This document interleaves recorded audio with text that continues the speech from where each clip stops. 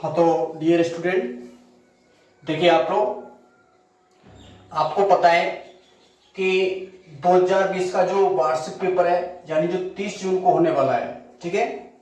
तो उस वार्षिक पेपर के आधार पर हमने एक आपके लिए प्री बोर्ड तैयार किया है, जहां पे आपके लिए जो क्वेश्चन आएंगे, जो क्वेश्चन मैं आपको करा रहा हूं, पूरा पेपर आपको जो सॉल्व कराऊंगा उस टाइप के ही क्वेश्चन आएंगे। कौन से चैप्टर से 1 नंबर का बन रहा है, 2 नंबर का बन रहा है, 3 का है, 6 का है, वो सारा प्रोसेस इस पेपर में आपको पता चल जाएगा और आपको फिर इसी हिसाब से क्या करनी है, तैयारी करनी है, ठीक है। तो देखिए यहाँ पे ये आपके पेपर में एबीसीडी 4 खंड आने और यहाँ पे 1 से 10 तक जो प्रश्न होंगे 1-1 नंबर के, 11 से 15 तक होंगे वो 2-2 अंक के और 16 से 25 जो होंगे आपके वो कितने अंक होंगे, 3-3 के, ठीक है। और फिर 26 से 30 होगा, वो कितने अंक का होगा, 6 अंक का होगा। टाइम आपका 3.25 घंटे रहेगा। टोटल पूर्णांक आपका 80 नंबर है। तो इसका जो सबसे पहला क्वेश्चन दिया हुआ है, तो मैं आपको बता दूं कि वैदिक गणित से आपको 1-1 नंबर की शुरुआत के 2 क्वेश्चन आने हैं, तो उनको सॉल्व कर लेते। जैसे यहां पर दिया हुआ है ध्वजांक विधि से हल करो, तो वायदा भी मान लीजिए ध्वजांक विधि से आपके लिए कोई भी हल आता है तो मैं इसका सबसे शॉर्टकट तरीका आपके लिए बता रहा हूं, ठीक है। सबसे पहले आपको क्या करना है कि जो भी आपके लिए संख्या दी जाएगी, जैसे यहां पे 58,764 है, तो आप लोग क्या करेंगे, रफ कार्य में इसका सबसे पहले क्या देकर देख लेंगे, भाग। यानी कि रफ कार्य में आपको क्या देना है, इसका भाग देना है, ठीक है।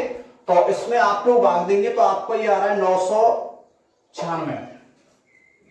रफ कार्य में आप लोग पहले ही ऑलरेडी इसका भाग दे लें, क्योंकि क्वेश्चन कई टाइप के आ जाते हैं। जैसे ये मैंने थोड़ा अलग टाइप का क्वेश्चन लिया हुआ है, इजी क्वेश्चन नहीं है, तो आप लोग इस प्रकार से भाग दे लेंगे, ठीक है। अब देखिए, तो सबसे पहले आपको यहां पे मुख्यांक लिखना है, ध्वजांक लिखना है, ठीक है। और आपको 3 खंड भी यहां पर तैयार करनी है इस प्रकार से।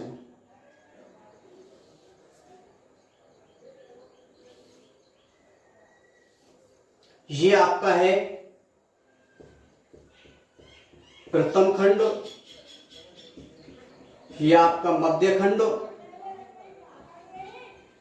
और ये आपका तृतीय खंड। तो देखिए इसके सारे पॉइंट में आपको लिखा चुका हूं। सबसे पहले पॉइंट में मैंने आपको लिखा है तृतीय खंड में केवल इकाई के अंक को लिखा जाता है, ठीक है। ये जो भाजक है इसका इकाई का अंक क्या आ रहा है, 4, तो इसको यहां पे लिखा जाएगा। उसके बाद मध्य खंड में बाकी जो संख्या बचती है उनको लिखा जाता है 5876, ठीक है।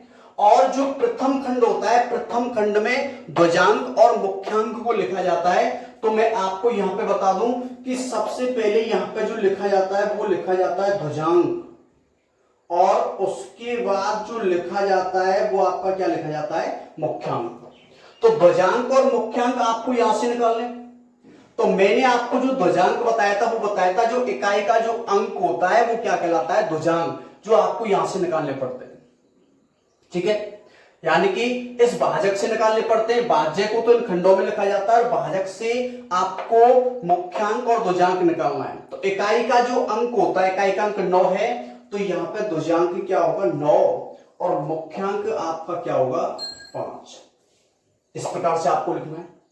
एक पॉइंट आपको यह भी याद रखना है कि हमेशा मुख्यांक का ही भाग दिया जाता है, पर मुख्यांक का जो आपको भाग देना है वो आपको फिर इस भागफल से देखकर ही देना है। तो यहां पे भागफल ये व्यक्त कर रहा है कि जो सबसे पहले आपको किसी भी संख्या का यदि यहां पे भाग दे रहे हैं तो वो सबसे पहले भाग आपका जो भागफल आना चाहिए वो कितना आना चाहिए, 9 आना चाहिए। समझ रहे बात है। तो हम कोई भी संख्या का भाग देंगे तो सबसे पहले भागफल क्या आना चाहिए, 9, दूसरा भागफल भी 9, तीसरा भागफल क्या आना चाहिए, 6, और शेषफल आपका क्या होगा, 0। तो देखिए भाई आप लोग, तो यहां पे इसको करते हैं हम सॉल्व, ठीक है। तो मैं जैसे आपको इस 5 का भाग आप लोग देंगे, जो 5 का भाग में 5 में दे सकता हूं जा रहा है, और 5 का भाग 5 में देने से भागफल 1 आ रहा है, और जबकि आंसर में 1 तो लाना नहीं है, 9 लाना है। तो 5 का भाग फिर आपको किस में देना पड़ेगा, 58 में, ठीक है। तो यहाँ पे स्टेप नंबर फर्स्ट के लिए काम करूंगा, यानी कि 58 में आपको जो भाग देना है वो किसका देना है, 5 का। और देखिए इसलिए क्वेश्चन मैंने उठाया क्योंकि 5 का भाग 58 में तो 11 बार चला जाता है, पर हमें रिजल्ट में 11 नहीं लाना है, हमें क्या लाना है, 9। तो आपको इसमें जो भाग देना है वो 9 बार ही देना है और इसके हिसाब से कैलकुलेशन करनी है। तो ये 9 बार कितनी बार जाएगा, 45, ठीक है। और यहां पे जो आपका शेषफल आने वाला है वो शेषफल कितना आ जाएगा आपका, 13 आ जाएगा। शेषफल कितना आ रहा है, 13।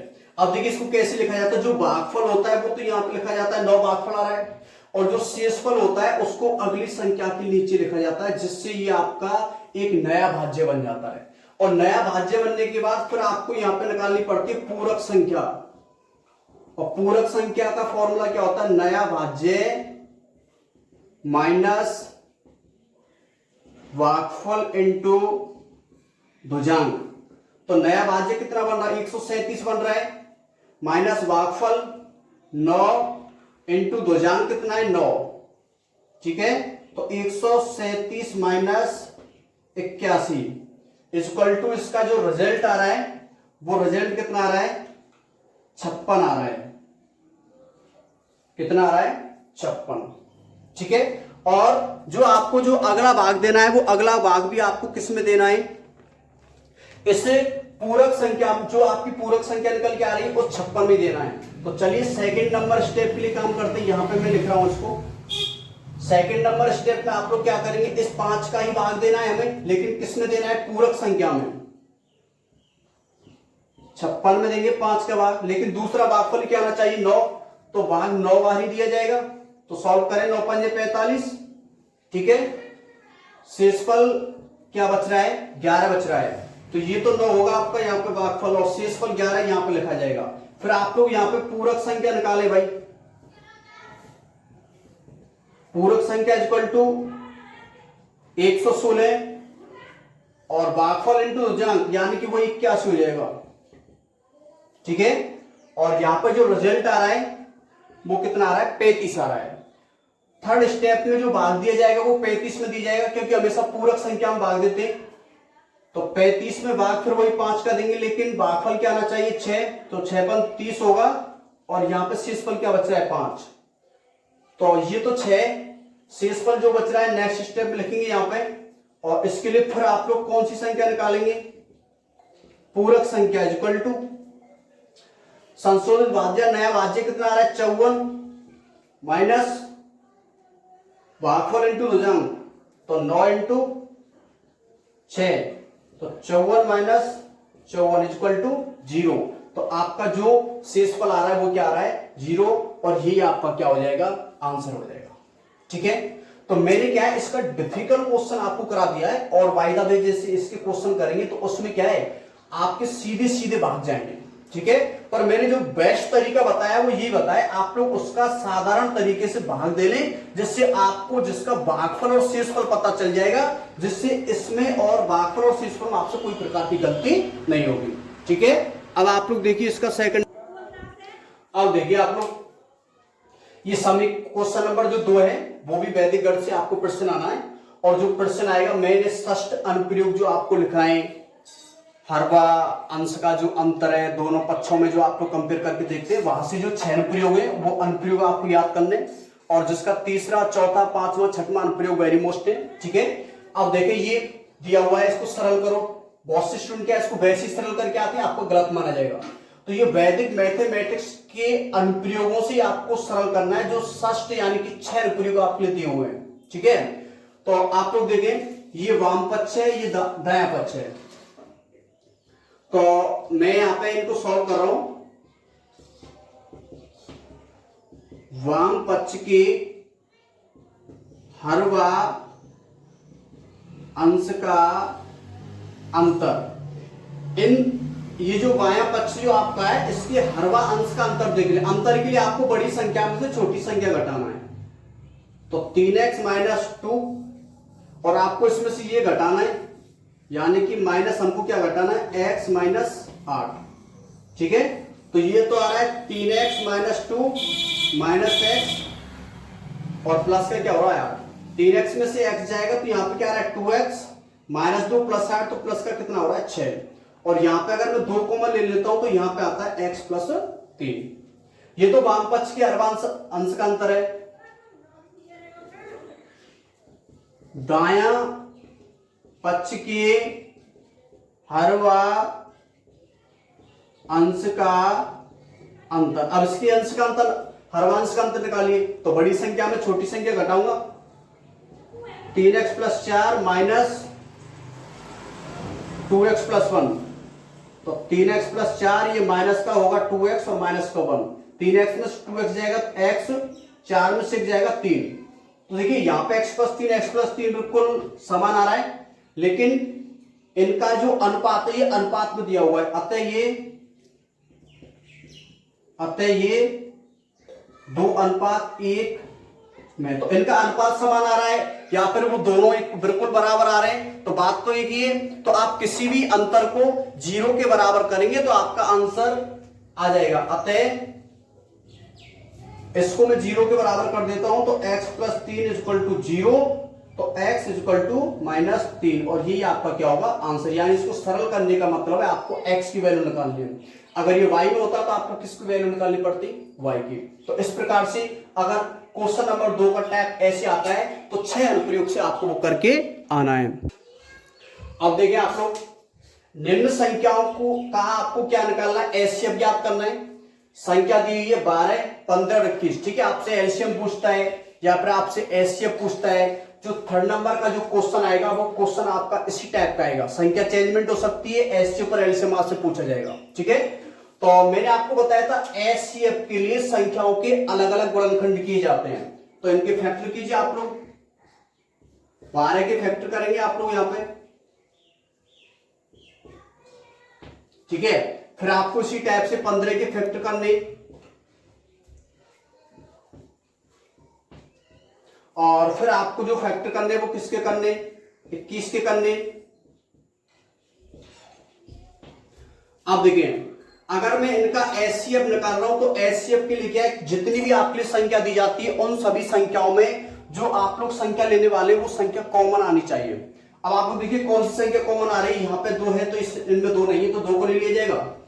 यहाँ पे 2 है तो इनमें नहीं। यहाँ पे क्या है 3, देखो ये 3 आ रही है, इसमें भी 3 आ रहा है और इसमें भी 3 आ रहा है। तो सभी में 3 आ रहा है कि नहीं आ रहा है, तो इसका एचसीएफ क्या होगा 3, और बाकी संख्या नहीं मिल रही है तो ये आपका क्या हो जाएगा आंसर। ठीक है, अब इस अगला क्वेश्चन अब देखिए, जो चौथा जो 5वां क्वेश्चन है चैप्टर नंबर 6 यानी कि त्रिकोणमिति से ऐसे टेबल से मान रखने वाले से आएगा। ठीक है, तो इसको सॉल्व कर देता हूं। आपको वैल्यू यहाँ पे रखनी है, इसका मान निकालना है। तो जो साइन 60 होता है उसकी वैल्यू होती है √3/2 इंटू कॉस 30 की वैल्यू भी √3/2।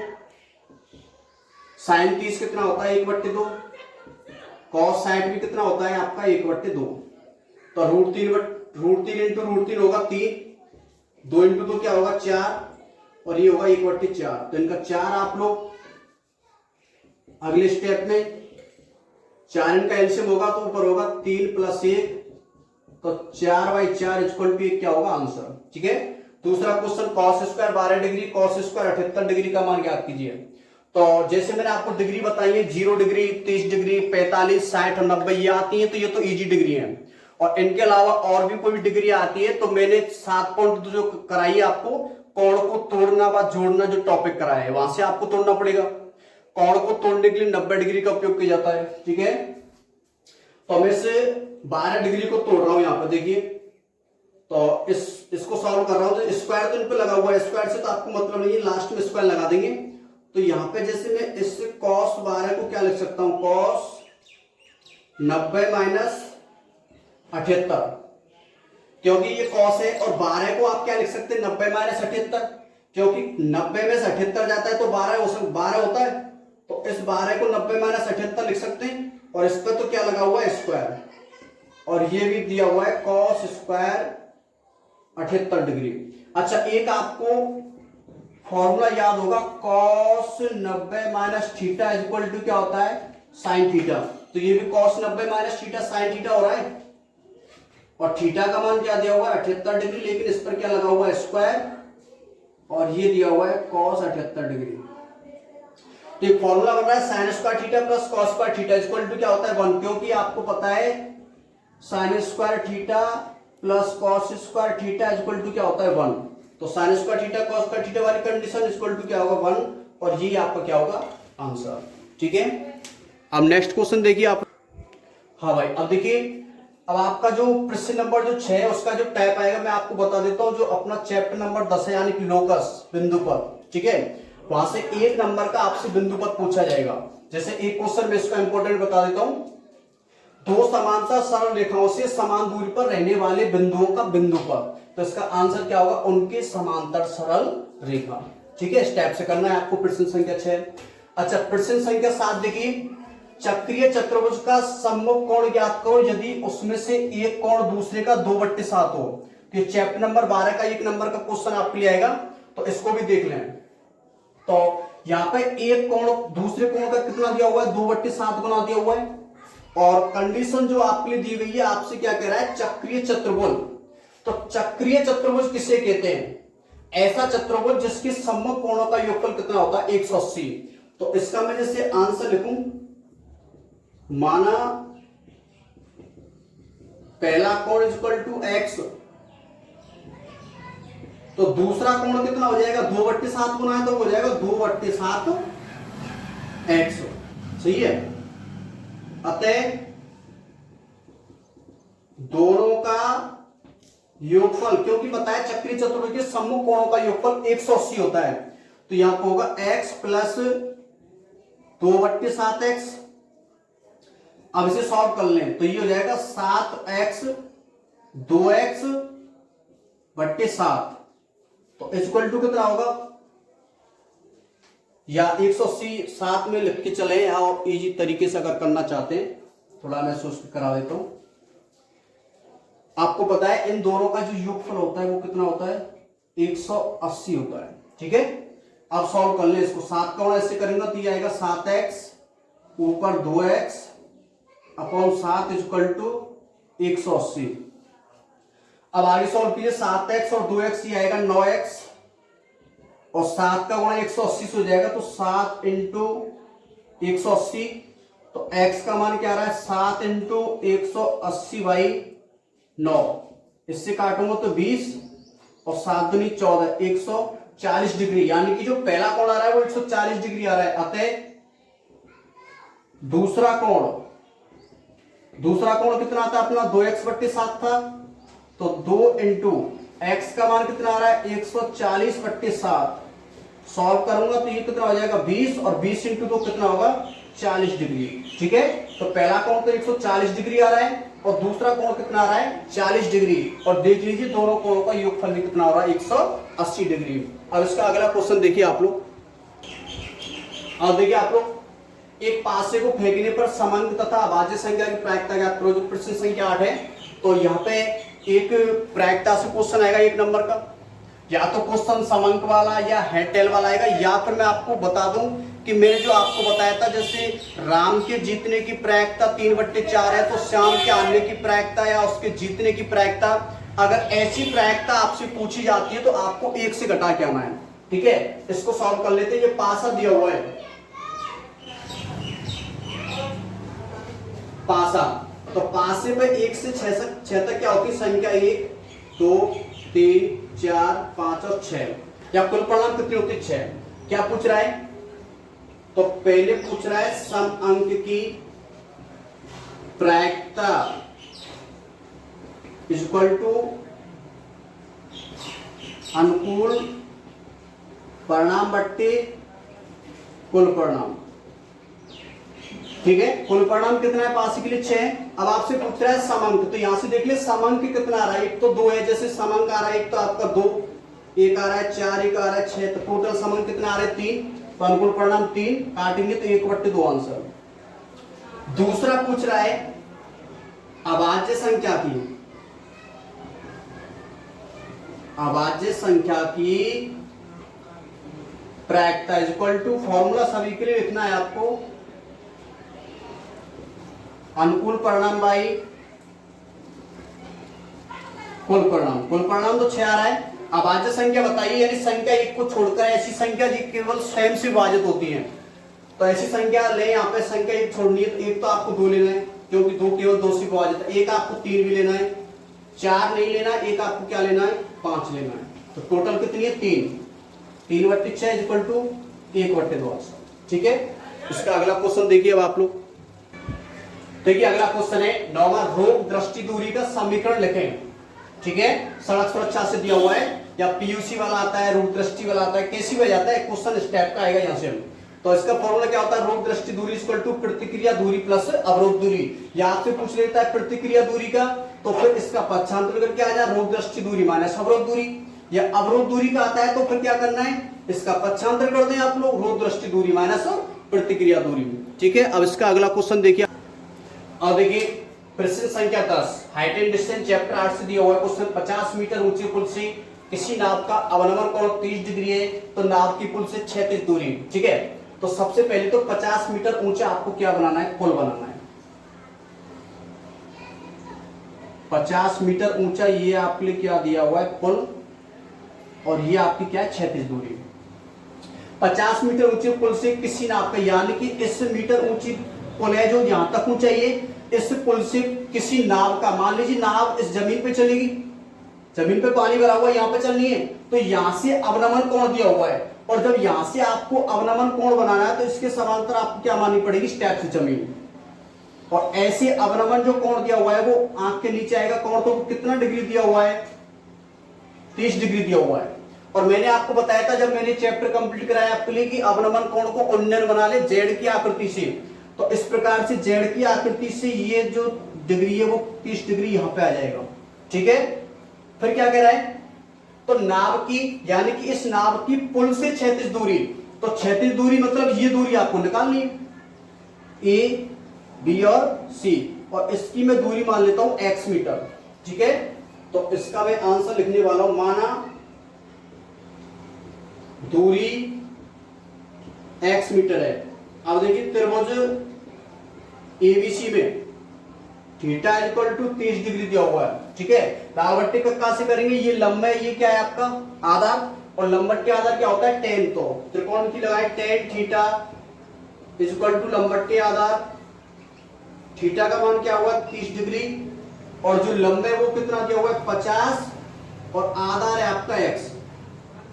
यहां पर सॉल्व कर लेता हूं मैं, टेन 30 की जो वैल्यू है वो क्या होती है 1/√3 50 अपॉन x, बज्जुगुणा करेंगे इसका, तो x इक्वल टू 50 इंटू √3, तो 50√3 भी आप इसका आंसर लिख के आ सकते हैं।